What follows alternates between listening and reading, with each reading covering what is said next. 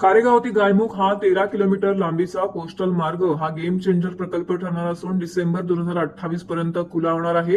या प्रकल्पामुळे घोडबंदर मार्गासह अंतर्गत रस्त्यावरील वाहतुकीचा ताण कमी होणार आहे. या प्रकल्पाचं 28% काम पूर्ण झाल्याची माहिती देताना आमदार संजय केळकर यांनी कांदळवनातील अडथळे दूर करण्याच्या सूचना संबंधित अधिकाऱ्यांना केल्या आहेत.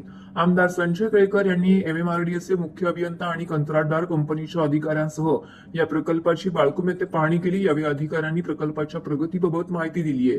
खारेगाव बाळकुम ते गायमुख असा ठाणे खाडीच्या काठाने जाणारा हा कोस्टल मार्ग 6 पदरी असेल. सुमारे 2,727 कोटी खर्चाचा हा प्रकल्प असून या मार्गामुळे खारेगाव ते गायमुख प्रवासाचा वेळ 45 मिनिटांवरून आता 15 मिनिटांवरती येणार आहे.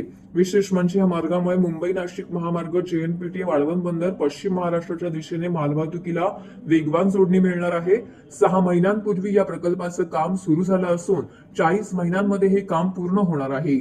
या मार्गातील काही भागात कांदळवनाच्या ठिकाणी एलिव्हेटेड असून 2028 पर्यंत हे काम पूर्ण होणार असल्याचं केळकर यांनी माध्यमांशी बोलताना सांगितलं आहे.